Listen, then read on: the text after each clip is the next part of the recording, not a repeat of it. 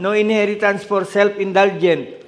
Self-indulgent means characterized by doing or tending to do exactly what one wants, especially when this involves pleasure or idleness. Ito pala yung isang malaking kalaban ng Kristiyano, yung self-indulgent, yung gumagawa ka hindi dahil sa kapurihan ng Diyos, gumagawa ka para sa sarili mong kasiyahan. Iniyawi kay Gideon, napakarami pa rin natira, isama mo sila sa tabi ng batis at bibigyan ko sila roon ng pagsubok.